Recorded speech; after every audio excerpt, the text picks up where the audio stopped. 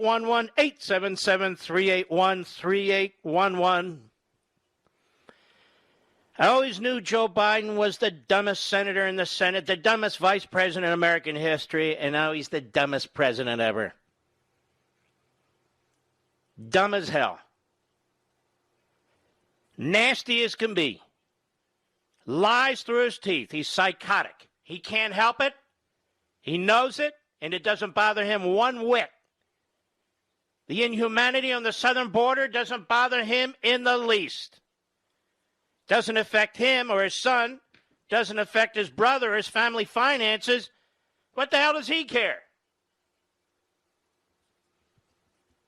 And he's lying on and on. I want to congratulate Major League Baseball, Shannon Sharpe, other African Americans in sports who were thrilled when Major League Baseball decided to leave Atlanta and Major League All-Star game for Denver.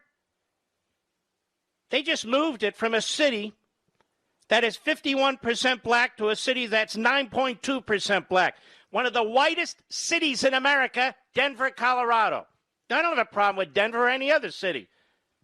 But look at the idiocy, the unhinged insanity of these people. Does it sound like they care about African Americans? The Democrat Party, please listen, particularly if you're in a minority. The Democrat Party is using you and abusing you. It has since its inception. It's just doing it in a different way. Doing it in a different way. So tens of millions, hundreds of millions of dollars that would have gone to Cobb County and majority black counties in and around Atlanta are now going to Denver, Colorado, which is heavily white. And so when you play this race game, you have to scratch your head, don't you? 76.1% of Denver, Colorado, the Daily Wire dug this up, is white. 9.2% is black. It's almost as if Major League Baseball said, let's find the whitest city we possibly can. And then Atlanta, which is 51% black, 41% white, is punished because of Jim Crow. Jim Crow. The Democrat Party hates America. The Democrat Party uses black Americans, Latino Americans. It uses people based on their race, their religion, their gender. That's what they do. And they need to have people at each other's throats constantly in order to get votes. Because what is it that the Democrat Party really stands for? Big government? Where's the humanity of the Democrat Party? Where is it? There isn't any. Because it abandoned individual liberty a long time ago. A long time ago. And then you have these individuals who promote this racism, and I'll get to that in a minute. I wanted you to get to Joe Biden. I want you to remember that this man has been a filthy liar his entire life. When he went to college, when he went to law school, he cheated and he lied. He lied about who he was throughout his career in the United States Senate. It caught up with him when he was running for president, but today our standards have apparently changed. Certainly in the media, lying is perfectly fine if the objective is to move the nation to the left. Everybody knows that what's happening in these states has nothing to do with Jim Crow. Everybody knows that. Everybody knows that what the Democrat Party wants to do with its proposed legislation is to take over the voting system, not improve voting for minorities, not improve voting access for anybody.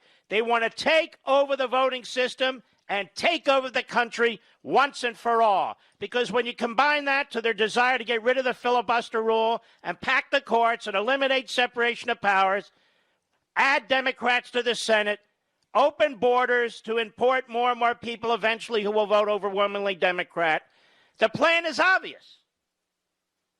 They don't give a damn about this country. They don't give a damn about the debt. They don't give a damn about unborn babies. They don't give a damn about future generations and what they're doing to them financially. They don't give a damn. Joe Biden today, questioned by Peter Ducey, cut 10, go. I think the Masters golf tournament should be moved out of Georgia. I think that's up to the Masters. Look,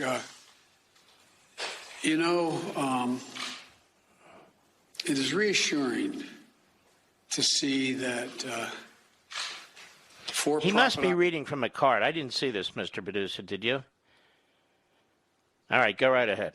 Businesses are speaking up about how these new Jim Crow laws are just antithetical to who we are. So here's the deal. He's using the term Jim Crow to upset black people all across this country. That's what he's doing. That's what he's doing. To inflame, to divide, to anger. And he wants African Americans and other black people in this country to view the Republican Party as the party of Jim Crow in the Old South, when in fact it's Biden's party and Biden's former friends, where Biden actually opposed integrating our schools and our cities. That's the record. That's the record. So they are trying to create this mantra. They know that if they repeat the big lie enough, and the media regurgitates it for them, and they know they'll get support from CNN and MSNBC, they know they'll get support from the New York Times and the Washington Post. They know they'll get support from NBC, ABC, and CBS. They know they have air cover and ground cover all over this country. Say whatever they will. Say whatever he will. He knows it. He knows it. He knows they'll get coverage from big tech. And if anybody dares to challenge Joe Biden, they'll get the scarlet letter or get kicked off those platforms. Why do you think he has at least 14 former senior officials, senior executives in his administration that work for big tech? That is exactly what's going on here. As the Constitution is shredded, as the Bill of Rights, part of the Constitution, are shredded. The truth is being destroyed. The language is being destroyed. All to advance what? To take down the greatest country on the face of the earth? To turn it into some kind of white supremacist South Africa? Prior to the changes there? Nobody's going to really enjoy that. When this thing comes to a head, white, black, brown, it won't matter. They keep lighting fuses over and over and over again. People are not going to put up with this. They're just not going to do it.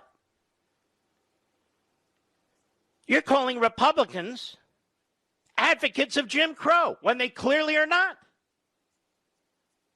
Joe Biden is a serial liar. He could give a damn about this country. He's never worked an honest day in his life. He's been handed tens of millions of dollars. As we talked about during the election, as apparently will become clear at some point, he set up a phony business to run his speech money through in order to avoid paying, among other things, taxes for Obamacare. Joe Biden is about Joe Biden. He's about his own legacy. He doesn't give a damn about the United States of America. Mr. Jim Crow, now pointing fingers at everybody else. Mr. Segregationist, now pointing fingers at everybody else. Mr. Anti-integration, now pointing fingers at everybody else. And we're also learning there's barely any honest liberals out there anymore. All a bunch of liars. Liars. New Jim Crow laws. New Jim Crow laws. Because Republicans oppose what Biden wants to do to this country. Republicans oppose what Nancy Pelosi and Chuck Schumer want to do to this country. So they're trying to think of the absolute most objectionable, most hated phrase possible, and then apply it to Republicans. So here's the deal, Republicans. Here's the deal, non-Democrats. Here's the deal, non-liberals. All of you now are white segregationists who support Jim Crow. That's the game, very dangerous game, that Joe Biden's playing now. They want to destroy the Republican Party, destroy all opposition. They want to hurry up and pass the biggest laws they possibly can before the people realize what's going on. This is a tyranny, an absolute tyranny. There's no question about it. And he sounds like a tyrant. He sounds like a Russian or Chinese or Iranian propagandists by repeating what is clearly a lie. And he's going to keep doing it. He's going to keep doing it because Joe Biden now is unhinged. There's no checks and balances. He's the president. He can say whatever he wants. And it is amazing, the same corrupt media, the same crooked media that hung on every syllable Donald Trump put on a tweet and attacked him and questioned him mercilessly.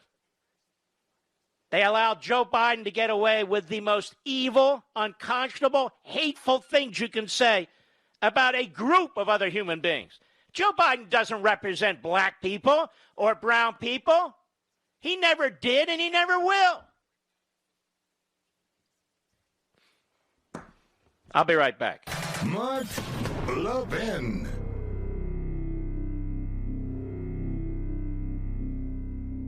Hillsdale College serves 4 purposes: learning, character, faith, and freedom. Education and faith thrive in freedom, and freedom requires an educated people of good character to preserve it. Hillsdale College has been providing the education needed to preserve free government for over 175 years. It continues these efforts today. Not only its 1,500 undergraduate and graduate students, but nationwide through its free online courses, its support of classical K through 12 charter schools, and its other outreach efforts on behalf of liberty. Hillsdale's Articles of Association, dating way back to 1844, commit the college to preserving civil and religious liberty through the provision of sound learning. This learning includes the Constitution and the laws of nature and nature's God, as described in the Declaration of Independence. It includes America's great heritage of liberty that too often today is falsely derided or denied. Hillsdale's motto: pursuing truth and defending liberty. Since 1844, it will continue to fight to live up to that motto, come what may. Learn more at levinforhillsdale.com,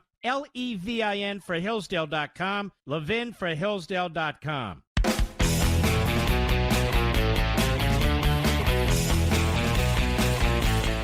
Representative Alcee Hastings died today. And look, I know he had a difficult past and all, but I want to tell you something. On 2 occasions, when I was flying down to Florida to see family, I met Alcee Hastings. He knew who I was. I knew who he was. And I want to tell you something that's going to shock some of you. He was one of the nicest people I've met. He was a sweetheart. He was friendly. He was classy. You know, not like Biden on the Excel. Hey, what are you, smart ass? None of that stuff. Just, he couldn't have been friendlier. Just so you know. Just so you know. I reject his politics as he rejected mine. I'm talking on a human basis. And so I'm going to miss the guy. I didn't know him well. We didn't socialize, obviously. As I say, he and I agreed on nothing, but he was just a nice human being. And he passed away today of pancreatic cancer. I don't think a lot of people even knew he had it, quite frankly. I know he was impeached. I know all about it. I know more about him than most. But I'm not talking about any of that. I'm not talking about any of that. You know, I have a long clip here of Shannon Sharpe on Fox Sports. He's very loud. He doesn't say anything particularly interesting or unique or profound. He regurgitates the left-wing line, the Democrat Party line about Republicans and Mitch McConnell, Lindsey Graham. He's quite ignorant. You know, McConnell and Lindsey Graham got elected. They were in the same ticket as Trump. Was that corruption and fraud? Let me explain something to you, Shannon. May I call you Shannon? We're not talking about Kentucky and South Carolina. We're talking about states that were targeted by the Democrats who went in and litigated and changed the laws in violation of the Constitution. Have you ever read Article 2, Section 1, Clause 2, Shannon? Have you ever? This isn't about re-messaging and changing our message because the voters are younger and more minority-oriented. This is about following the Constitution. You're aware of the Constitution, Shannon? When you had contracts, when you were playing football, did you believe in following the contract? Did you insist that the ownership follow the contract? I bet you did. Well, it's something like that, you idiot. And there he is with that doofus. What's the other guy's name? Skip or something or other? Skippity-doo-dah?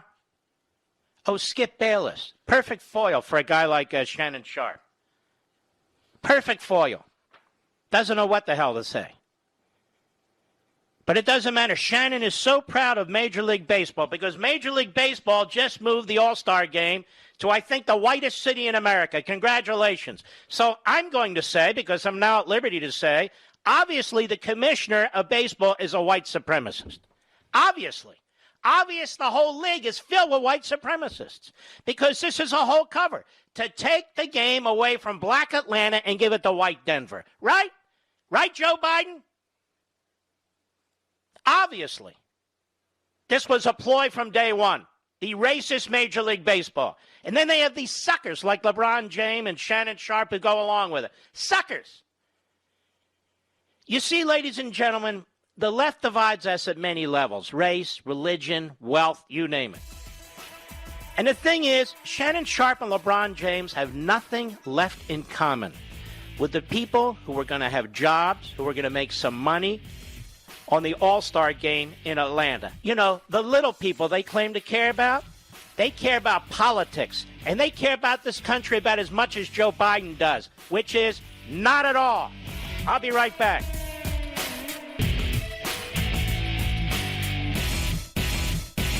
Hillsdale College serves 4 purposes: learning, character, faith, and freedom. Education and faith thrive in freedom, and freedom requires an educated people of good character to preserve it. Hillsdale College has been providing the education needed to preserve free government for over 175 years. It continues these efforts today. Not only its 1,500 undergraduate and graduate students, but nationwide through its free online courses, its support of classical K-12 charter schools, and its other outreach efforts on behalf of liberty. Hillsdale's Articles of Association, dating way back to 1844, commit the college to preserving civil and religious liberty through the provision of sound learning. This learning includes the Constitution and the laws of nature and nature's God, as described in the Declaration of Independence. It includes America's great heritage of liberty that too often today is falsely derided or denied. Hillsdale's motto: pursuing truth and defending liberty, since 1844. It will continue to fight to live up to that motto, come what may. Learn more at levinforhillsdale.com, Levin for Hillsdale.com, levinforhillsdale.com.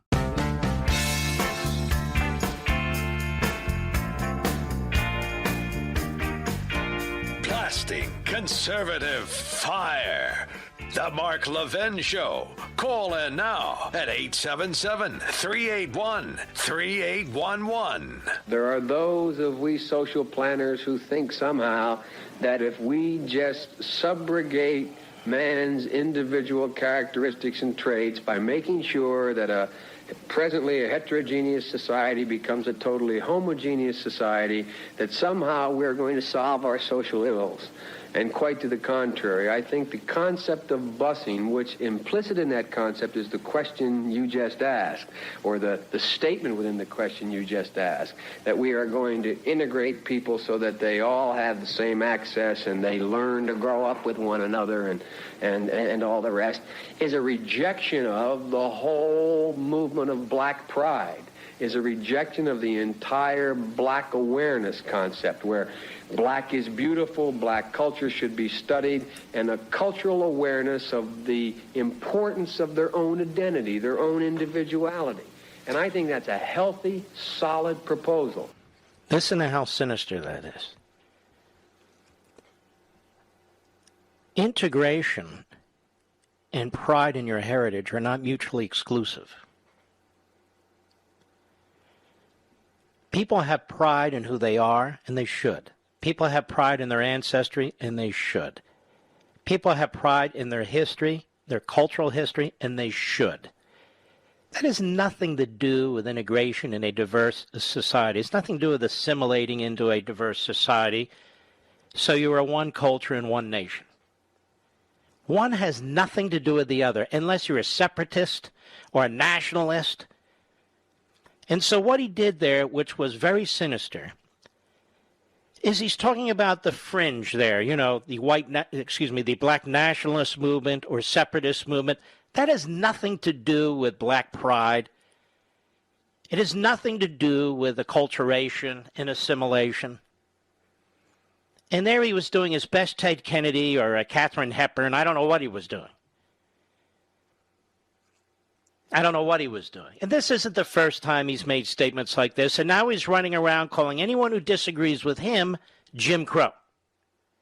Anyone who disagrees with his radical agenda, Jim Crow. The reason why Joe Biden wants to defend the anarchical and chaotic voting systems that are in place in many states is because it put him over the top. It's not because of Jim Crow or he cares about the country or he cares about black people or anything else. It was a system that was abused, and that abuse at the hands of his lawyers, the DNC lawyers and the others, violating the federal Constitution, Article 2, Section 1, Clause 2, he feels is what provided him with the presidency. So now anyone who disagrees with him is Jim Crow. He doesn't care about the country. He doesn't care about unity. He doesn't care about racial tolerance. He never has. Sure, he'll appoint one from one category, one from another, the first woman this, the first Asian this, the first black that. That's fine. This is all a game to this guy. This is all a game to him. It's all about legacy. You can't point to a damn thing he did in all his years in the Senate that advanced the cause of the black community. You can't point to one thing. And all of a sudden, he's Martin Luther King. He's a great civil rights leader. This is what the Marxist left does. This is what the Bernie Sanders types, AOC and so forth do. They are driving an anti-American extremist agenda. They're embracing the most radical elements of our society, regardless of race or religion. I don't care. And they are pushing that agenda. They're pushing it as fast as they can in extra-constitutional ways. That is what they are doing. And they will use race, they will use religion, they will use the most evil terms possible. One of the things that bothers me is all the suckers that go along with this, like the Shannon Sharps. And clearly he's not alone. Most of professional sports. And clearly they're not alone. You look at these international corporations. You see what they're doing. They're playing with fire. So now all of a sudden the party of Lincoln is the party of Jim Crow, when the party of Jim Crow is the Democrat Party. It was only half a century ago, 50 short years ago, when the Democrat Party was pushing Jim Crow. And it was only the 64 and 65 Civil Rights Acts. It was only 7 or 8 years after that, when Joe Biden was first elected to the United States Senate as a very young man, where he sided with the segregationists. He sided with the segregationists when the Republicans were fighting the segregationists in the United States Senate and the House of Representatives, in the Senate under Everett Dirksen of Illinois. He rewrites history. The media rewrite the history for them. And they use this as a wedge issue, among many wedge issues. Among many wedge issues. So to hear a Shannon Sharp go off, as if he's Bernie Sanders,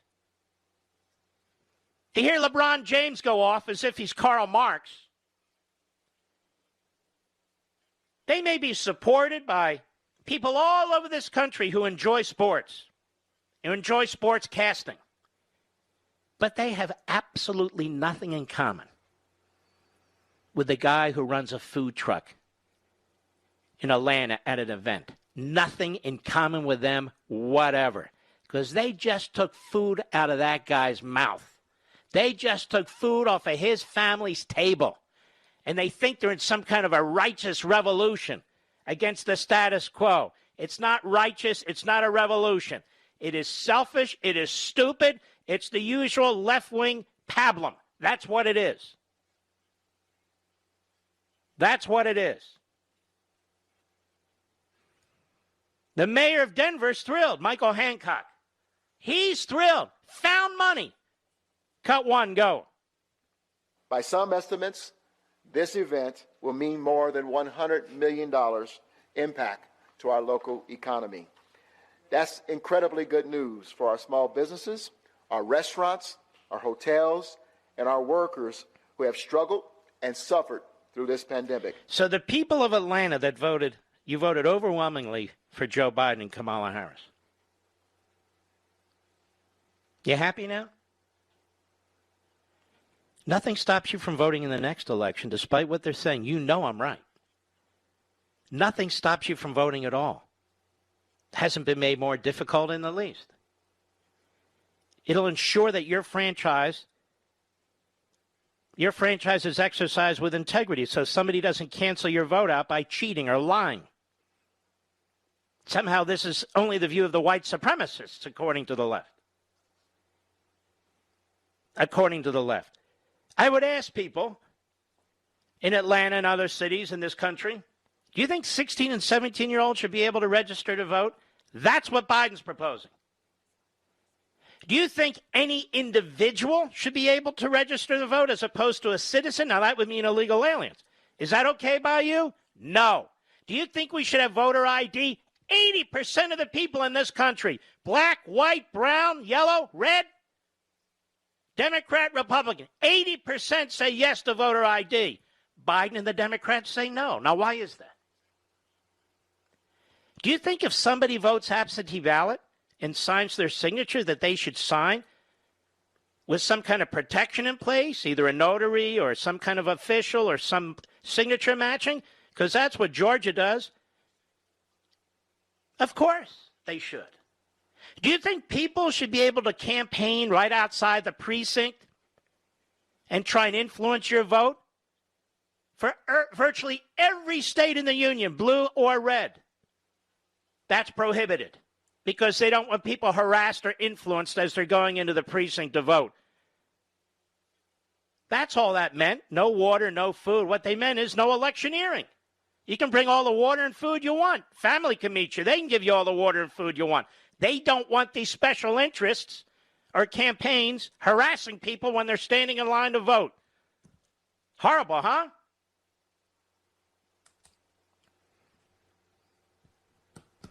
And yet this is Jim Crow.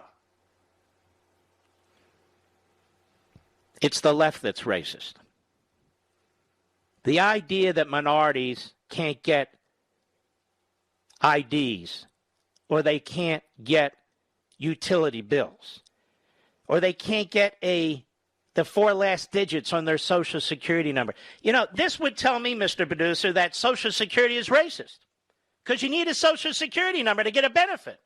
Obviously, it's racist. Every bank is racist. Why?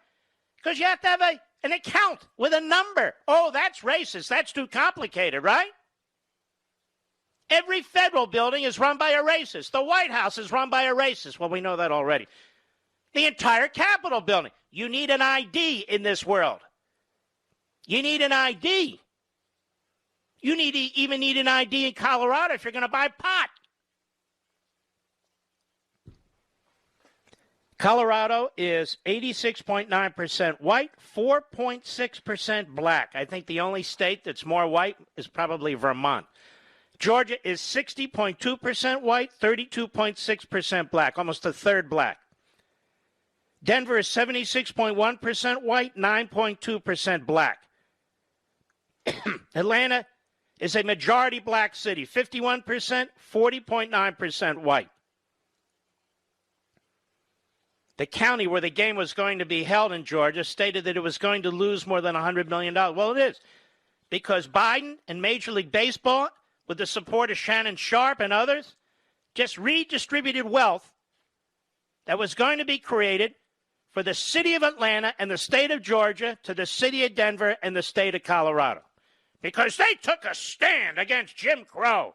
What a bunch of phony revolutionaries. What a bunch of frauds as they get in their Lamborghinis and their Maseratis and their Ferraris. What a bunch of crap. I'll be right back. Mark Levin.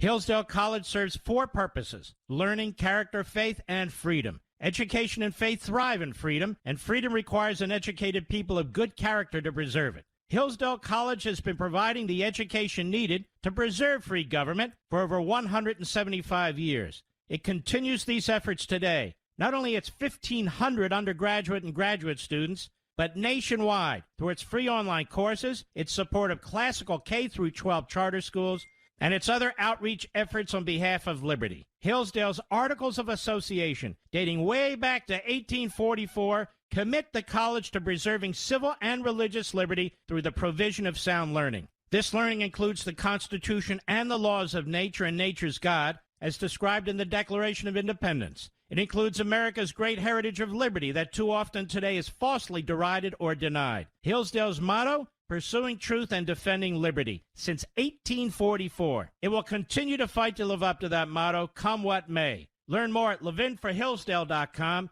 Levin for Hillsdale.com, levinforhillsdale.com.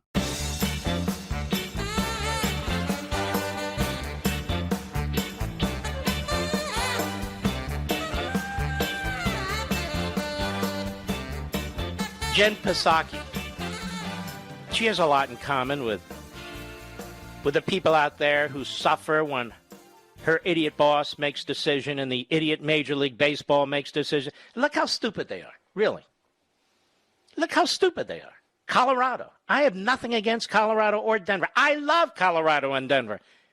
I think I flew through Denver once. I like it. They have wonderful places in Colorado, too. Don't get me wrong. But Denver, which is a wonderful city, is one of the whitest cities in America, along with Portland. Although Portland is quickly depopulating. Nobody wants to live there because of the politics and the government there, which completely sucks. May I say that? May I use a sophisticated scholarly word? It sucks. Jen Psaki, White House press briefing today. Peter Doocy, cut to go. Is the White House concerned that Major League Baseball is moving their All-Star game to Colorado, where voting regulations are very similar to Georgia? Oh, they have voter ID in Colorado. Ooh, can't have that. Can't have that because according to Joe Biden, that's Jim Crow. According to Joe Biden, how will black people vote if you have to actually have a driver's license or on a utility bill? Ladies and gentlemen, listen to what the Democrats are saying about minorities in this country. Listen to how they're stereotyping them. It is shocking. Absolutely shocking. Go ahead. Well, let me just refute the first point you made. First, let me say on Colorado, Colorado allows you to register on Election Day. Why is that good? First of all, what's that have to do with race? Absolutely nothing. But why is that good? Registering on Election Day makes sure that the people in the precinct have no idea who you are and do not have the resources, the time, or the ability to figure out if you say you are who you are. So why is that a good thing for democracy? Go ahead. Colorado has voting by mail, where they send to 100% of people in the state who are eligible applications. Why is that good? Sending ballots, and she has no idea if if they're sending 100% of people who are eligible. They're using failed government lists that had people on there multiple times, people on there who have deceased, You use lists where people are on multiple lists. So why is that a good thing? And what does that have to do with minorities and moving the All-Star game from Atlanta, Georgia to Denver, Colorado? Go ahead. By mail, 94% of people in Colorado voted by mail in the 2020 election. 94% of the people in Colorado voted by mail. Why is that a great thing? What does that have to do with race? Why does that matter? What if 94% of the people in another state vote in person? Great. What does that have to do with anything? Nothing. Go ahead. And they also allow for a range of materials to provide, even if they vote on Election Day, for the limited number of people who I don't know what that means, a range of materials to provide. I don't understand broken English, so I don't know what that means. But apparently, incoherence and illiteracy are a big thing in the Biden Oval Office. Go ahead. Election Day. I think it's important to remember the context here. The Georgia legislature... No, I don't think it's important to remember the context.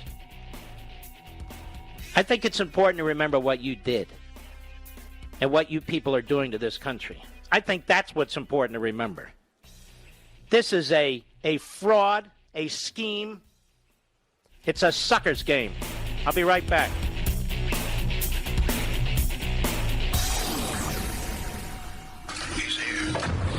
He's here.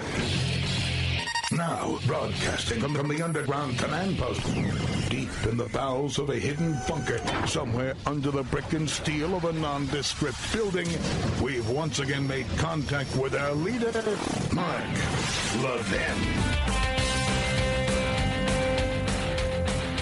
Hello, America. Mark Levin here. Our number, 877-381-3811, 877-381-3811. Sometimes, in fact, oftentimes, this show will take turns that I don't expect because things tweak my interest. We start to go back and do a little bit more research as I listen to clips, as I read stories. And this is one of those occasions, at least briefly. And I dug all this up, and I used it on Hannity, and I used it on Levin TV, and I used it on radio. And I want to mention some of this to you again, given that Joe Biden is obsessed with picking at the scab of race, because Joe Biden has always been a racist. He has always been a racist. The insider, the business insider, Joe Biden worried in 1977 that certain and I'm doing this for Shannon and LeBron and Steph. Who's the idiot in, what is it, was San Antonio, the coach? Can't remember his name. Doesn't matter. There's no point in remembering it. Joe Biden worried in 1977 that certain desegregation policies would cause his children to grow up, quote, in a racial jungle. Oh, don't worry about that, Mark. No. Cancel culture doesn't apply to him or his ilk.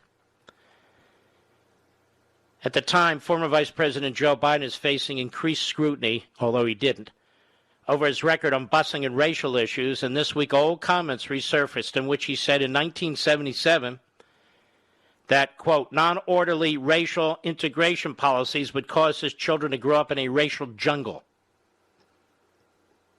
The quote was originally discovered by University of Southern California Law School professor and scholar Daria Rothmeyer, and first reported by the New York Times, which published a lengthy story on Biden's record on busing and school desegregation.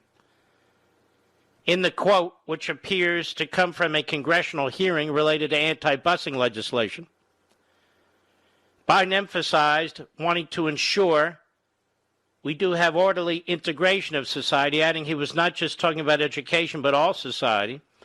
He then said, unless we do something about this, my children are going to grow up in a jungle.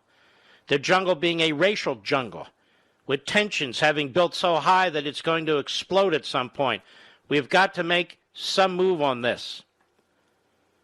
Biden's decades-long opposition to federally mandated busing came back into the spotlight during his first round of Democratic primary debates and so forth. And you might recall back then Kamala Harris hammered him over it. Hammered him. So the only person who is a public figure who actually supported segregation and used the words and phrases of a deep-rooted racist was Joe Biden. And he's doing it again today. He doesn't care. He doesn't care who he upsets. He doesn't care about his big lies. He doesn't care about his propaganda. He continues to repeat them because he will not be held to account. How are you going to hold him to account? How are you going to hold him to account?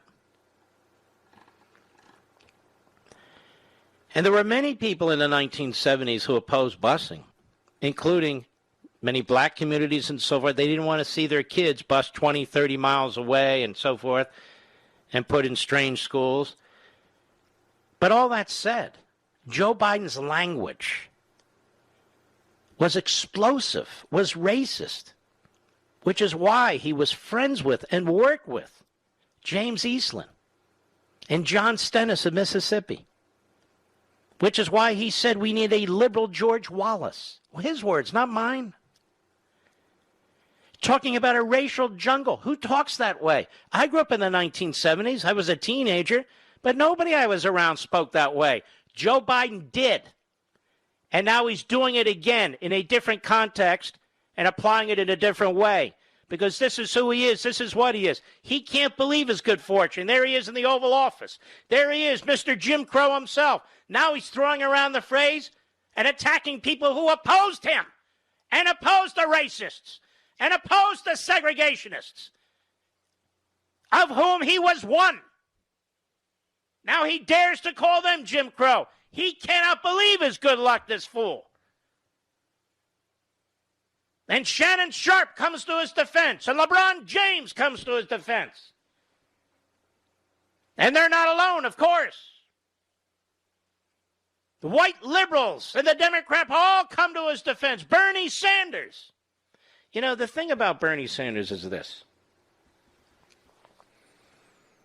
And never forget this. This old communist who left Brooklyn and wound up in Vermont,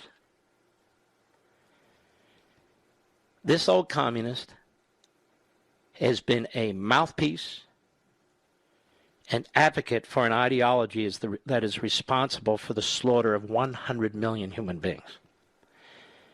This old damn fool Red is responsible for promoting an ideology that is responsible for enslaving over 1 billion people.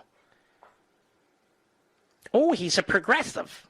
May well be. Maybe that's what progressivism means. But I want you to think about it. I want you to think about him.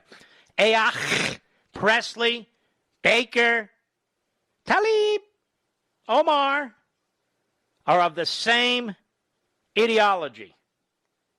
They support a Marxist ideology that is responsible for the slaughter of 100 million innocent human beings and the enslavement of over 1 billion of them. It's amazing how we're not supposed to delve into that history, the history of their ideological hero. Isn't that remarkable? Remarkable. We're not supposed to look at Joe Biden's background since he keeps bringing up Jim Crow. Well, let's take a look. Name a single Republican leader in the House of the Senate who ever supported Jim Crow and segregation, who ever spoke like Joe Biden did in the 1970s. There's not one. Not one. And look at the media that support Joe Biden. The New York Times. How many people do you know? How many people do you know that if they knew about the Holocaust would keep it secret? Would self-censor? How many people do you... And here the biggest media operation in America, the New York Times, covered up for Adolf Hitler. Covered up for Joseph Stalin in 1932. And now they're the moral barometer by which we make judgments. Right, Jeremy Peters? All you damn fools that work for that corporation? So these are the Democrats. These are the leftists. These are the neo-Marxists. They have blood on their hands. Many of them are filthy racists, filthy anti-Semites, self-haters, taking the greatest nation on the face of the earth, Shannon Sharp, and turning it into something it never has been. Disrespecting everything related to it. And now it's time for everybody to get out of the way, says Shannon Sharp. For the new generation and the minorities, more minorities, everybody get out of the way. Shannon Sharp has arrived. Oh, well, then I'll move out of the way, of course. What's that guy's name again? Skip what? We're all Skip Bayless now. We're all a bunch of Skip Baylesses. Oh, yeah. Where we bend over backwards. Yes, Skip Bayless. What's that guy made? Like $10 million a year, I read? Something like that? Man of the people. He can identify. So can Shannon. No, I don't think so. I'll be right back. Mark Levin.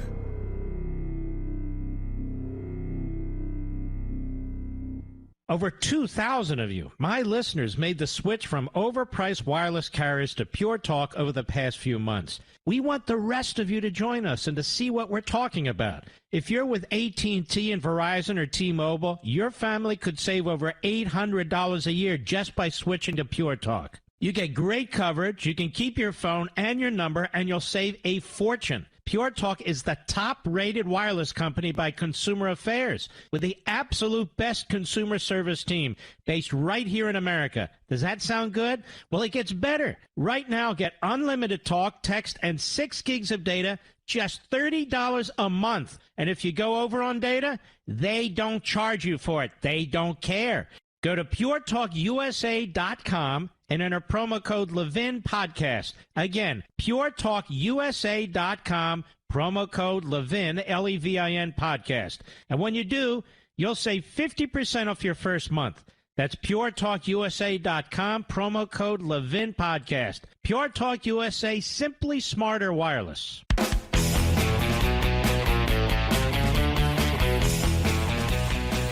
Ron DeSantis will be on this program an hour from now. Also, during the course of this program, I want to talk about what's going on with the Islamo-Nazi regime in Tehran and the segregationists in the Oval Office. It appears, ladies and gentlemen, that Joe Biden and the appeasers and sellouts around him are going to breathe life back into the regime in Tehran and into their nuclear efforts. Against the wishes of all the Gulf Arab states, against the wishes of the State of Israel, and really against the wishes of the American people. This is a reckless, unhinged, stupid man who sits in the Oval Office, who's never been right about anything. But before we get to that, he's very prideful. Joe Biden is. He's very excited about what he's done with the vaccine, you see. Because now, by April, every American should be getting the vaccine by the end of April. By the end of April. Now, when Donald Trump said months and months and months ago that every American will be vaccinated, he believed, by the end of April, the Washington Post said, quote, Trump says without evidence every American will get coronavirus vaccine by April. That's the Washington Post.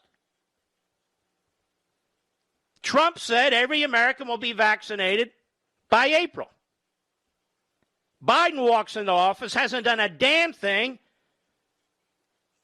is doing a victory lap every 15 minutes to say, look what I've done, look what I've done. He's done nothing. This was the trajectory that Donald Trump said we would be on, and it's exactly the trajectory we're on. And when we had Admiral Giroir on this program, he made the point that this was going to happen. that this was going to get done, that Joe Biden didn't have to do anything until late May or early June.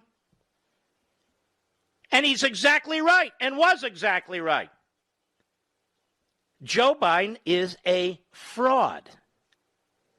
A fraud in every respect. From law school, when he cheated on his exam, when he ran for president earlier in his career, I believe it was 1988, when he was stealing language from Neil Kinnock and the late Robert Kennedy, when he was talking about how high he graduated in law school and the scholarships he had, when he graduated at the bottom of his class and he didn't have any scholarships. I mean, this is a sick man. Sicker than you think. And he's got a bunch of lapdogs surrounding him, as most fascistic types do, quite frankly. So Donald Trump says, months and months ago, that every American will get the coronavirus vaccine by April, and the Washington Post runs a piece that says, Trump says without evidence that every American will get coronavirus vaccine by April. But it wasn't without evidence. He was looking at the data. He was being advised and informed about what was being developed, when it would be revealed, how it would be used. He was involved in making sure it was funded every step of the way. The way that Donald Trump has been treated by this country is a disgrace. Is a disgrace. I watch these hack Democrats and liberals on cable TV from time to time, even on my favorite cable channel. What a bunch of lying propagandists. It's appalling what this man accomplished in confronting the Islamo-Nazi regime in Iran, confronting the communist regime in Beijing, confronting the fascist dictator in Moscow, confronting the inbred in North Korea. What this man did on the southern border, trying to protect the American people and bring some serious control over that border, which he did. What this man did to the economy. Explosive growth and opportunity, especially for people at the bottom of the ladder, especially for women and minorities. We hadn't seen anything like that since Reagan. What this man did to wrestle this virus to the ground, with testing, with PPE, none of which existed from the Biden-Obama administration, and insisted and pushed day in and day out to get vaccines, as he knew, rightly, that that was the only way to defeat this. What this man did to try and keep our schools open, what this man did to try and get the governors to open our economy again. He will never get the credit he deserves. Because the left controls the books, television, much of radio, the newspapers, the culture and entertainment. The left controls it all. Now they want to control you. Donald Trump wasn't trying to fundamentally destroy America in secret.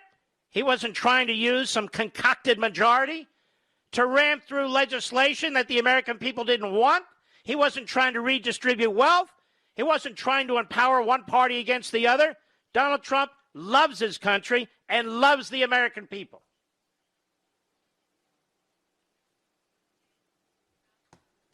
It sickens me how he was treated. It sickens me. It sickens me that he doesn't get credit for all these things that he did. It sickens me how Joe Biden literally gets away with murder on the southern border and elsewhere. It sickens me. Donald Trump created a peace policy, not his advisors, not the ambassadors, not the White House team. Donald Trump determined that he wanted to change the way the Middle East functions. And he succeeded. Peace was breaking out everywhere. Iran was being contained.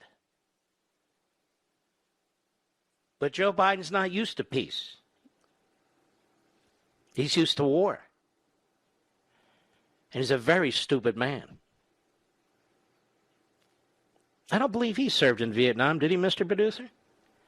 Now, people would say the same thing of Trump, but Trump's not a warmonger. Biden is. Trump builds up the United States military after Biden, Obama rip it to shreds. And the word is again that Biden and Harris are going to undermine the military, not fund it properly. Trillions for everything. Trillions. Illegal aliens, teachers' unions, massive expansion of welfare, but the United States military, not so much. In the face of communist China. Of course he's been corrupted by communist China. Of course. They try to concoct a tie between the Trump family and Russia. They could never do it. But God knows they worked on it for 4 years. Coup effort after coup effort. But here we have such a relationship between communist China and the Biden family. And they tell you to look the other way. Look the other way. I wonder what Shannon Sharp thinks about that, Mr. Producer. He doesn't think about it at all. He's an idiot. I'll be right back.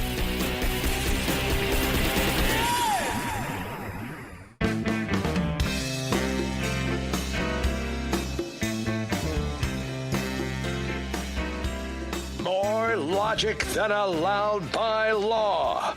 The Mark Levin Show. Call now at 877-381-3811. So Joe Biden says by the end of April, everybody will have access to a vaccine.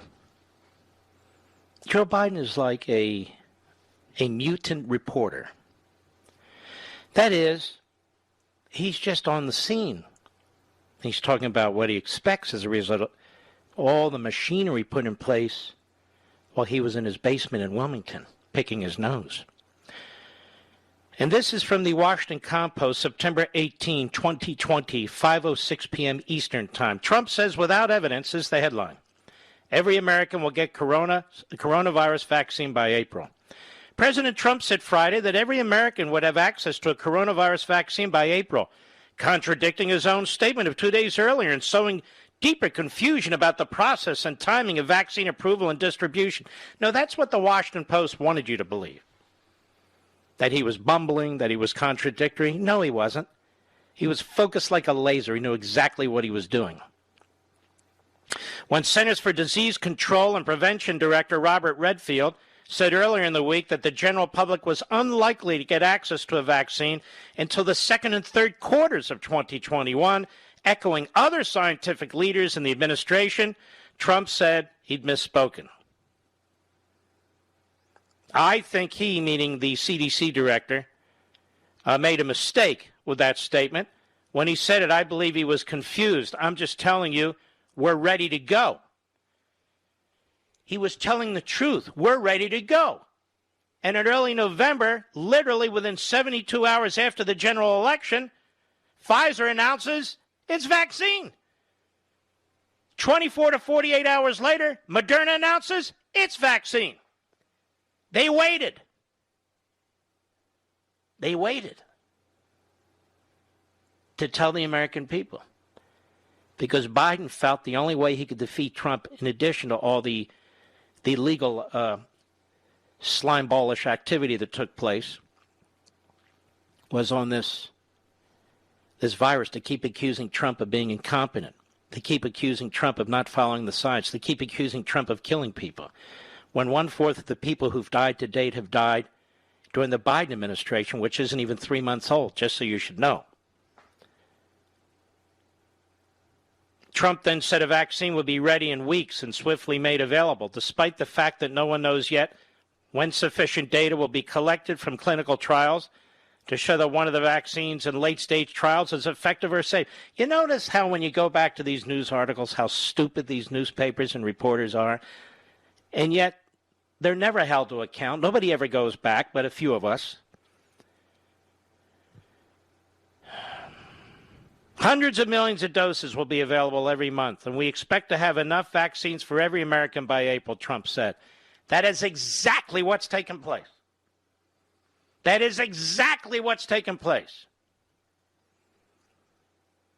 The Post says the U.S. government has invested billions of dollars to manufacture vaccines before they are proved safe and effective, pre-purchasing hundreds of millions of doses. Pfizer, for example, whose executives project that they may have data showing whether their vaccine works by the end of October, has said that 100 million doses will be ready by the end of the year. But whether those can be given to people will depend on data that convinces regulators that the vaccine is effective and safe. Duh, we already knew all that. The U.S. government has also pre-purchased 300 million doses of vaccine made by AstraZeneca to be delivered as early as October. But the clinical trial, that vaccine, is on hold in the United States, and it goes on. Trump said Friday that the vaccines are going through the gold standard of clinical trials with very heavy emphasis placed on safety. He also claimed that as soon as a vaccine is approved, his administration will begin distributing it within 24 hours. Everything Trump said was true back in September. Back in September. Isn't that amazing? Everything he said was true. And they made him out to be reckless, not following the science. Trump has said more accurate things than Fauci has ever said. Because the Democrats and the media, and yes, the bureaucrats like Fauci, politicize everything. Here they take what is one of the most spectacular acts of human ingenuity. One of the most spectacular acts of human ingenuity. And they turned it against the man who was responsible for it, Donald Trump. And all through this, remember, and I wonder how many of us could handle this, and all through this, impeachment, criminal investigation, more impeachment, taxes, day in and day out, relentless assault on the man's integrity and intelligence. I mean, Joe Biden should be a piñata. I mean, he kind of is, but you know what I mean. WSVA, Gary in Virginia. Go ahead, please. Hi, Mark. It's a pleasure to speak with you. I'd like to offer an explanation on why the Biden administration is making up this race issue out of whole cloth in Georgia. I believe his handler, Barack Obama, and Obama's surrogates and the Biden administration are advising Joe that whenever they wanted to put the screws to Republicans, that Barack would play the race card, but Joe is whiter than sour cream, so they have to really fabricate a race issue from scratch. Mm-hmm. And since they can't play the race card straight up, they have to really work hard to create one. And the reason that they're pressed to play the race card right now is to divert attention from the border crisis. Do you really think they need to divert attention from anything? Who's going to stop them? The media are in their back pocket. The Republicans don't have the numbers to stop them. The courts are corrupt. Who's going to stop them? I don't know. I'm just Nobody. That, we have 2 years. We can stop them in 2 years. I do think it's very important. This is what I want to get across. And Gary, thank you for your call, my friend. Very good call. And this is what I want to get across. These 2 years are not for naught, as they say. My point is this. We need to use these 2 years to push back, to alert our fellow Americans to the dangers that we not just face, that we're in the middle of, to explain why it's crucially important that we stop what's going on in this country or we're going to lose it. That we organize on the local level. We start confronting school boards and locally elected officials. This is where you'll see critical race theory and other critical theories being instituted behind your backs and against your children. That you start to use your economic power smartly and stop subsidizing individuals and companies and educational institutions that are at war with you and your family, your liberty, and this republic. You've got hundreds and hundreds of billions of dollars, we do collectively, and we need to be a lot smarter about how we use it. There's a lot of things we can do. And I want you to know, actually, people ask me all the time, I am working hard day and night between and around radio, my Fox show, and Levin TV. I am working very hard on these issues, very hard, as best as I know how. And I'm hoping in a few short months to present everything to you.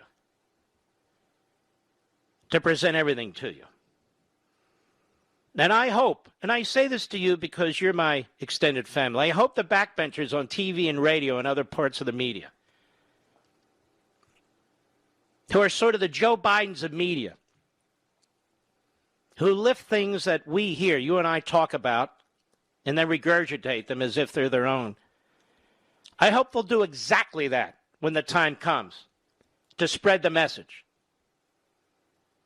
I hope they'll do exactly that.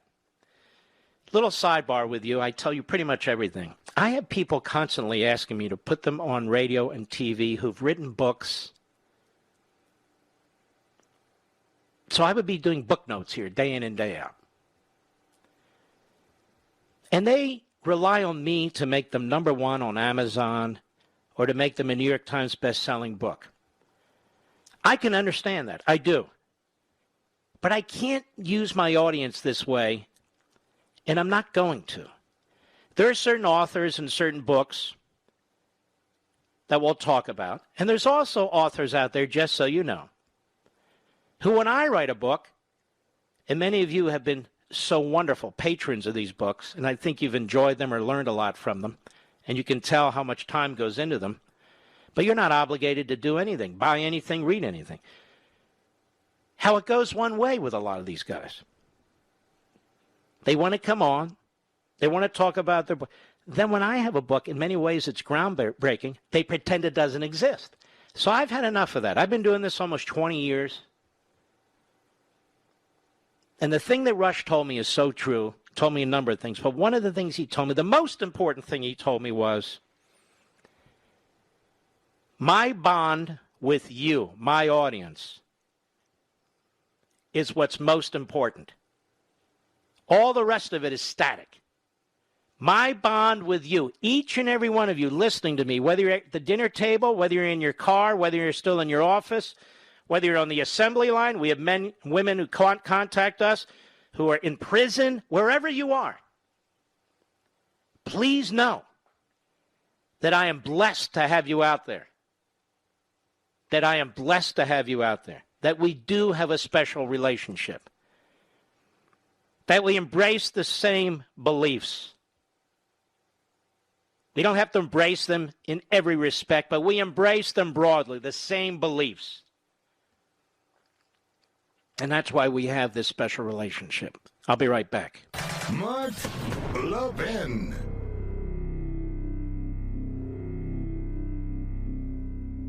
Over 2,000 of you, my listeners, made the switch from overpriced wireless carriers to Pure Talk over the past few months. We want the rest of you to join us and to see what we're talking about. If you're with AT&T and Verizon or T-Mobile, your family could save over $800 a year just by switching to Pure Talk. You get great coverage, you can keep your phone and your number, and you'll save a fortune. Pure Talk is the top-rated wireless company by Consumer Affairs with the absolute best consumer service team based right here in America. Does that sound good? Well, it gets better. Right now, get unlimited talk, text, and 6 gigs of data, just $30 a month. And if you go over on data, they don't charge you for it. They don't care. Go to puretalkusa.com and enter promo code Levin Podcast. Again, puretalkusa.com, promo code Levin, Levin Podcast. And when you do, you'll save 50% off your first month. That's puretalkusa.com, promo code Levin Podcast. Pure Talk USA, simply smarter wireless.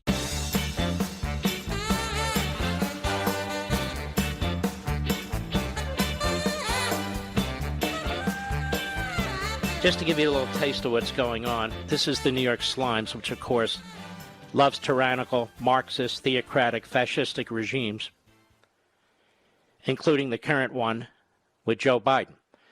In indirect talks in Vienna, the U.S. and Iran agreed to try to synchronize Washington's lifting of sanctions and Iran's limiting of uranium enrichment. So here we are again. We've had UN reports, actually, in recent months that said the Iranians are cheating and they're lying because, remember, the deal was still in place with the Europeans. Didn't matter. Doesn't matter to Joe Biden, baby. Joe Biden's building a legacy. Doesn't matter. The Iranians have nuclear warheads on MIRV missiles, intercontinental MIRV missiles. That's perfectly fine. Joe won't be around to worry about it. More when I return. Ladies and gentlemen, this final hour of the podcast is sponsored exclusively by AMAC, the Association of Mature American Citizens. Now over 2 million conservative members strong, AMAC believes in and stands up for the values that we care about: faith, family, and freedom. Thank you for listening, and please support AMAC. And you can become a member at amac.us/join. He's here. He's here. Now, broadcasting from the underground command post, deep in the bowels of a hidden bunker, somewhere under the brick and steel of a nondescript building, we've once again made contact with our leader, Mark Levin. Hello, America. Mark Levin here. Our number, 877-381-3811, 877-381-3811. Headline: New York slimes, Iran and U.S. agree on path back to nuclear deal. You know, it's amazing to start with. The countries that live in that area of the world, Arab, Muslim, Jewish, they want nothing to do with this. But their input is irrelevant to Joe Biden. It's irrelevant to the European Union. And, of course, the European countries know exactly what they're doing. The fact that they're responsible for the Third Reich, the fact that they're responsible for Marxism, the fact that they're responsible for Marxism and fascism doesn't mean we should overlook their wisdom, ladies and gentlemen. The United States and Iran agreed through intermediaries today to establish 2 working groups to try and get both countries back into compliance with the 2015 Iran nuclear deal. In a meeting of the current members of the deal in Vienna, all parties agreed to establish 1 working group to focus on how to get the United States back to the deal by lifting harsh economic sanctions imposed or reimposed after Donald Trump pulled out of the accord in May of 2018. In a meeting of the current members of the deal in Vienna, let me just say this. The first set of sanctions that Donald Trump put in place, I believe it was August of 2018. He signed an order putting those sanctions in place. Almost by accident, I was in the room. Almost by accident. When the president looks up at me, and this is a true story, I've never told this story. He says, "Mark," I said, "Yes, Mr. Reed, you're going to like what I'm about to do." I said, "What are you going to do?" He said, "Watch." And then he signed the order that pushed the initial harsh sanctions on the Iranian regime. And we have that pen. He didn't do it like D, O, and, like these other quack presidents do. No, he wrote his whole name and handed me the pen. The other working group will focus on how to get Iran back into compliance with the Accord's limitations on nuclear enrichment. Ladies and gentlemen, they're supposed to be in compliance. Remember, the Europeans haven't left this deal. So this is a confession in the front page, or the pages, I should say, of the New York Slimes, where they're saying the Iranians didn't comply. And the Iranians have never complied. They have never complied. This is another myth, another lie the Democrats push, that Donald Trump likes dictators. No, that's not correct. Joe Biden likes dictators. And he's more and more a dictator. Joe Biden's pals were Xi. Joe Biden wants to rub elbows with the Islamo-Nazi regime in Iran. Let us remember. That's Biden. So I just want you to be aware of this, that this is taking place right now. The Washington Free Beacon, our friend Adam Credo has a terrific piece there, Mr. Producer, that we will put on our website on the daily recap, a terrific piece on how the United States is selling out to Iran and how the people around the President of the United States are, in fact, sellouts. They are capitulators. They are appeasers. And they were involved in the first round of appeasement with the Iranian regime, including the provision of tens of billions of dollars to that regime. You need to understand that money goes into the regime. The regime controls the economy.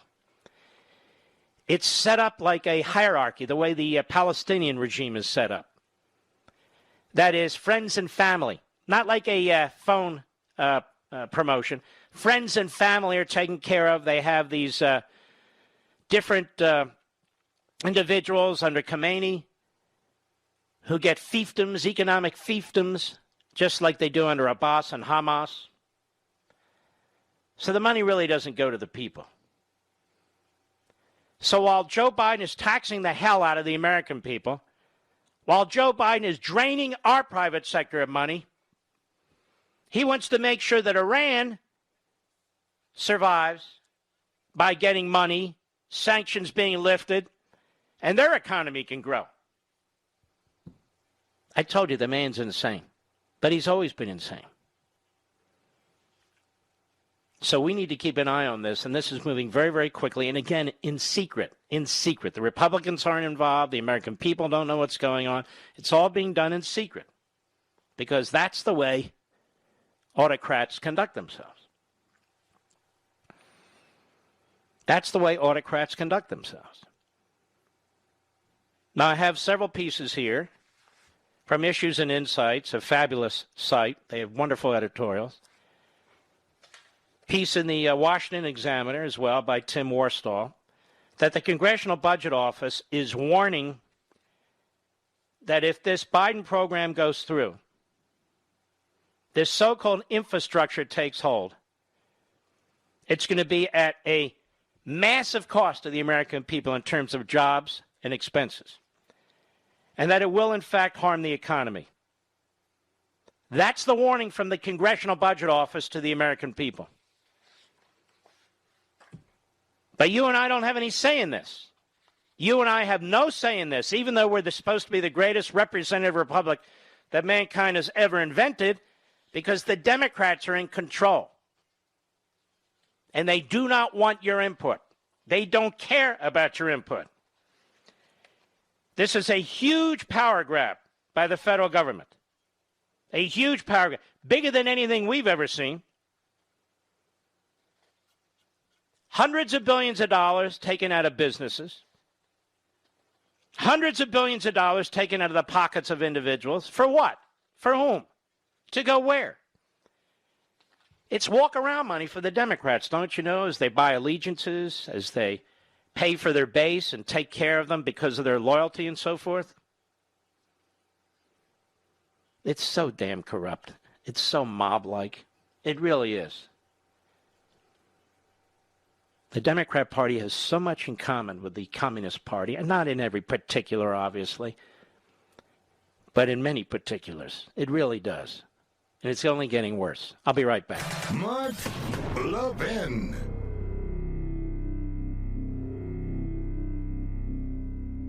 AMAC, the Association of Mature American Citizens, is one of the fastest growing organizations in America. Now over 2 million conservative members strong, and I'm one of them. AMAC believes in and stands up for the values that we constitutional conservatives care about. More than talk, AMAC fights. A full-time presence in Washington, AMAC pushes back against reckless spending, disasters like Medicare for All, and the expanding reach of the federal government. And beyond advocacy, joining AMAC gives you access to a wealth of benefits and discounts, including special member-only rates on car insurance, travel discounts, cell phone plans, and a hell of a lot more. And if that's not enough, you'll get AMAC's bi-monthly magazine, full of insightful articles on issues that matter to most of us, we conservatives. As I said, I'm an AMAC member, and you should be too. Join today at amac.us. That's AMAC.us. Stop supporting the liberal agenda that the other 50-plus organization has been pushing for. Join AMAC instead. AMAC.us.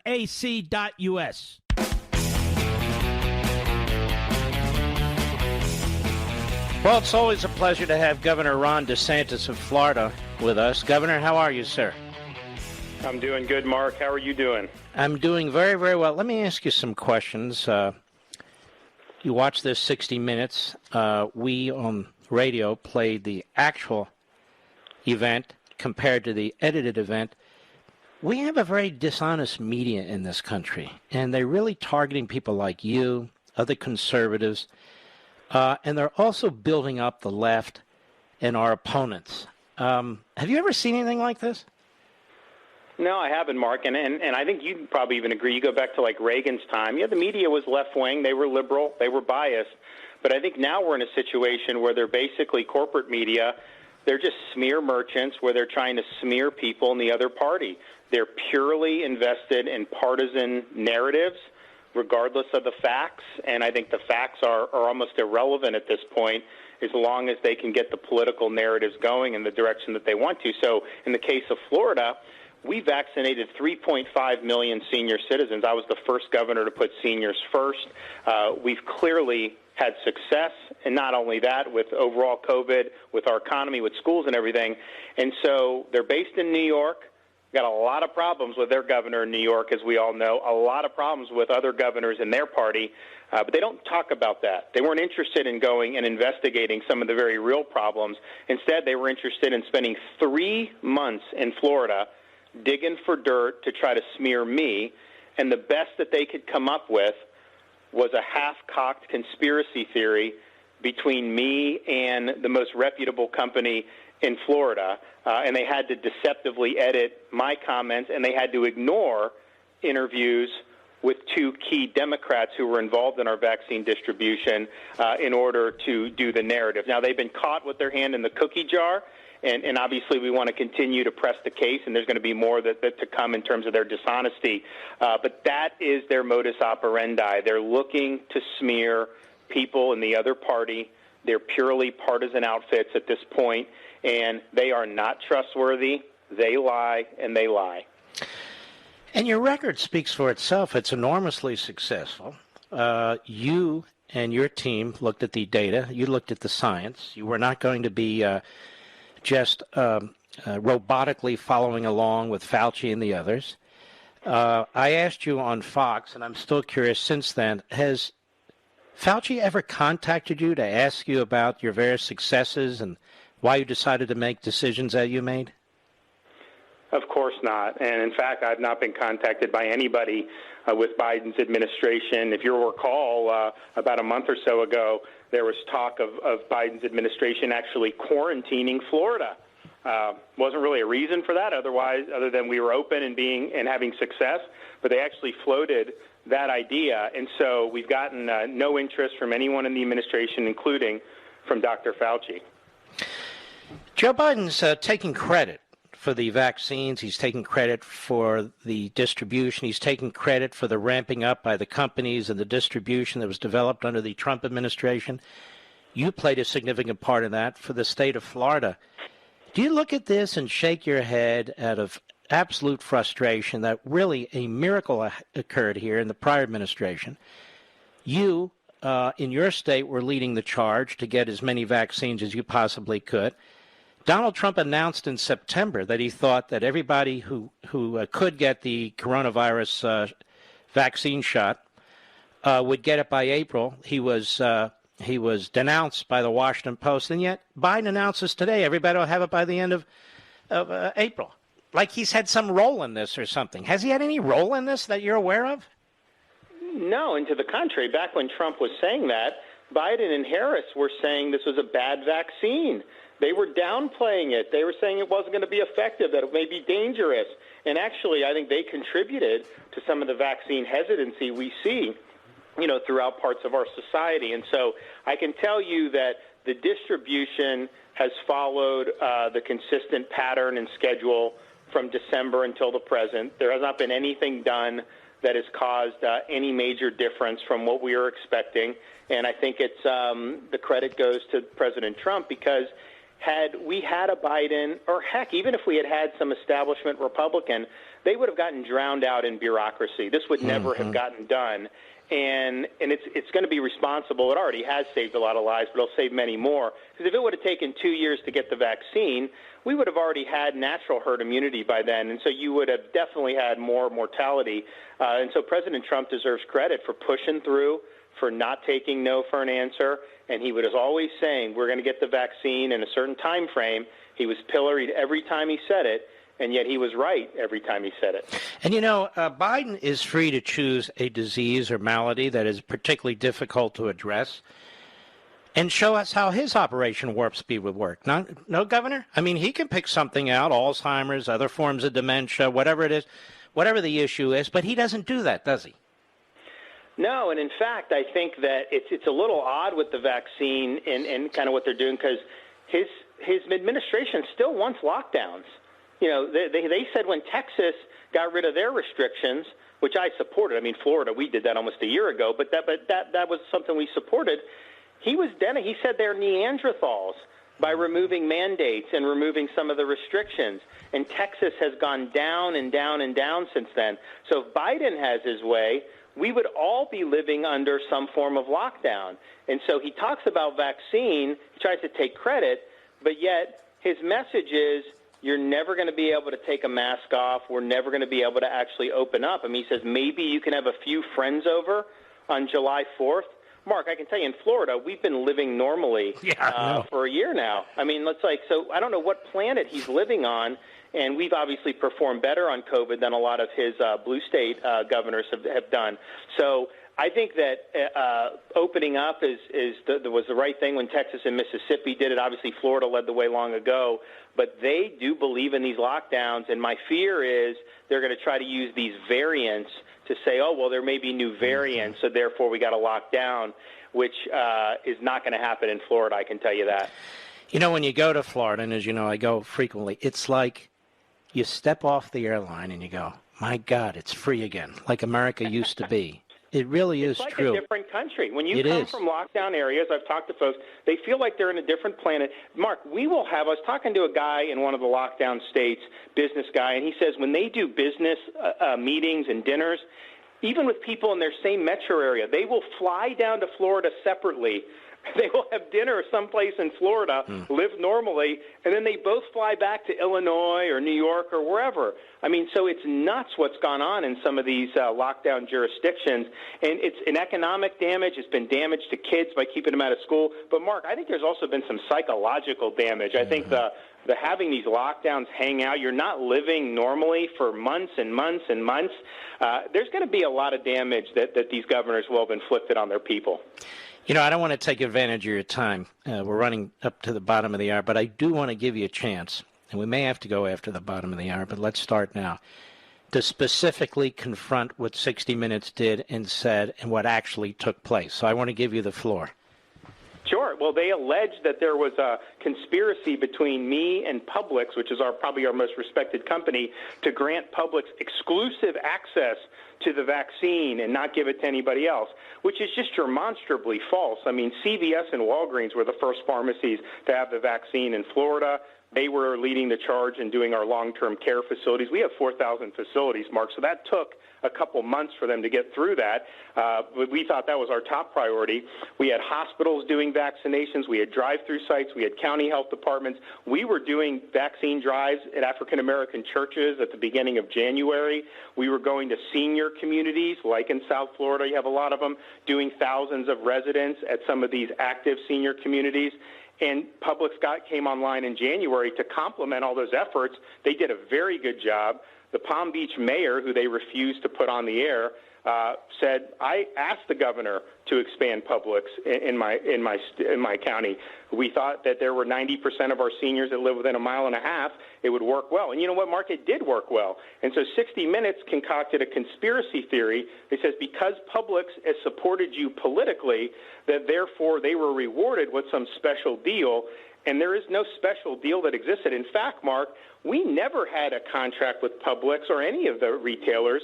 We never paid one dime. When we would dedicate vaccine to them, they would do it on their own. We didn't have to pay for anything. So it was convenient for a lot of our seniors, but it was also a good deal for taxpayers. And I think like when you have corporate media from New York come in, they have no idea how Florida works. Publix is a trusted brand. We had a lot of seniors who were very cautious about living and being involved in certain things because they were scared of the virus. But even the ones that were very cautious, almost all of them would still go grocery shopping. They would still, usually most of them, go to Publix. So they felt very comfortable at a Publix. And so we figured if we could offer it there where they're already going, that would be something that a lot of them would like. And they loved it, Mark. The seniors loved Governor, it. Governor, can I steal a few more minutes after the bottom of the hour so we can finish our conversation here? Yep. We won't take long. We'll be right back.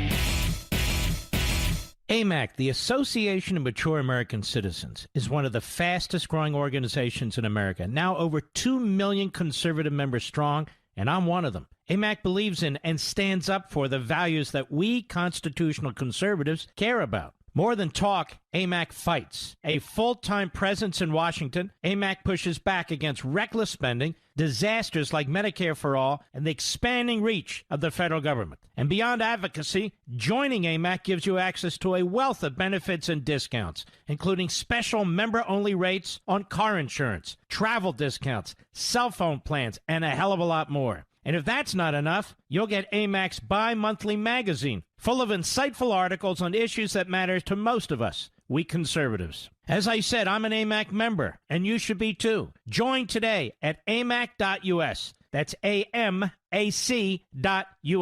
Stop supporting the liberal agenda that the other 50-plus organization has been pushing for. Join AMAC instead. AMAC.us.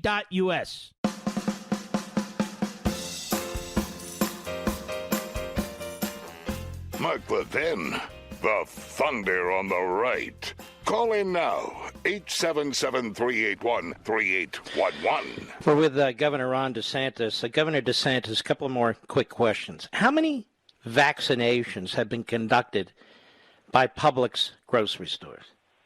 So by now, it's close to 1.5 million shots that Publix has done since probably the second week of January. That wasn't in the 60 Minutes report. No, not only that, and not only the Palm Beach example, when we did the Publix expansion, we were doing other things in Palm Beach too, contrary to what they said, but it really helped juice the numbers. So we've done over 275,000 seniors have been given shots in Palm Beach County alone. I mean, so that's a major chunk of folks, and that's been very, very successful. Of course, they didn't do that. They also tried to allege that we're only doing seniors because there's some type of racial angle or something. Mark, we were the first state in the country to partner with black churches and go in with the pastors and work to vaccinate the seniors in their congregations. And that's just a fact. We also have done other things when there's a gap and someone requested we get out to a community. We would do it oftentimes within 24 or 48 hours. They didn't tell you that because it didn't fit the narrative. And so it was all a bunch of horse manure, but that's what you come to expect from the likes of 60 Minutes and the smear merchants that work there. CBS, did CBS offer you, Governor, any free airtime to promote vaccinations and locations for vaccinations and anything of that sort? Were they supportive and helpful in any way? Of course not. Uh-huh. Here we are in the middle of a pandemic. Notice they don't go after the Republican governor of Maryland, the Republican governor of Massachusetts. These are anti-Trumpers. But they go after you because they're in Fauci's back pocket. They're in the federal government's back pocket. They're in the Democrat Party's back pocket. I think you can expect more of this as your star continues to rise, don't you? Well, yeah, I mean, I think there's a number of reasons. I mean, I think part of it they view me as a threat. I think part of it is I'm an example of leadership that succeeded against their governors who failed. That's just the reality, Mark. I mean, the numbers speak for themselves. People moving here speak for themselves. Our economy speaks for itself. Our schools speak for itself. And I think the more they can try to smear me, it takes the pressure off their beloved blue state governors.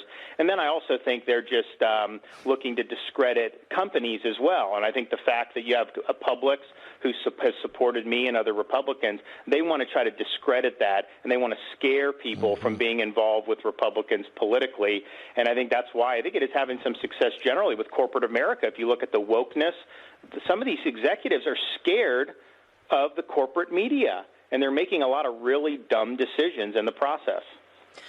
Well, I think you've demonstrated even in this, coming under attack and not taking it, fighting back on how conservatives and Republicans in different offices around the country should react to this. Don't just take it sitting down. Speak out for the truth. Push back. Go on other media platforms and explain to the American people, and in your case, the people of Florida, exactly what took place. They try to beat these politicians they agree with into submission. But you're obviously having none of this. Any final words? Hold the line and don't back down. If corporate media comes after you, punch back. These people are not honorable people, and they needed to be treated as the smear merchants that they are. All right, Governor. God bless you. Best to your family, and be well, sir. Okay. God bless. Bye-bye. All right, you too. He's terrific. He's terrific. You know, when I sit down and prepare for this show, as I said earlier in the show, sometimes I'll take a turn here and there. But one of the things I wanted to make sure I shared with you is something that occurred in the Senate, out of the public's view. The parliamentarian of the Senate has an enormous amount of power. Her name is Elizabeth McDonough. She decides whether legislation is relevant, that is, to what it's supposed to be in the Senate, and the Senate has more rules than the House. That is, whether it's germane. And Axios, which has a lot of inside information to leftists, because it's a leftist site, they report something now that is a big deal. That's going to affect your lives, the lives of your children and grandchildren. Senate parliamentarian Elizabeth McDonough, who really is under the wing of Schumer, issued an opinion yesterday that could allow Democrats to use the budget reconciliation process again in fiscal 2021, a spokesman for Chuck Schumer said. Let me tell you what's been going on.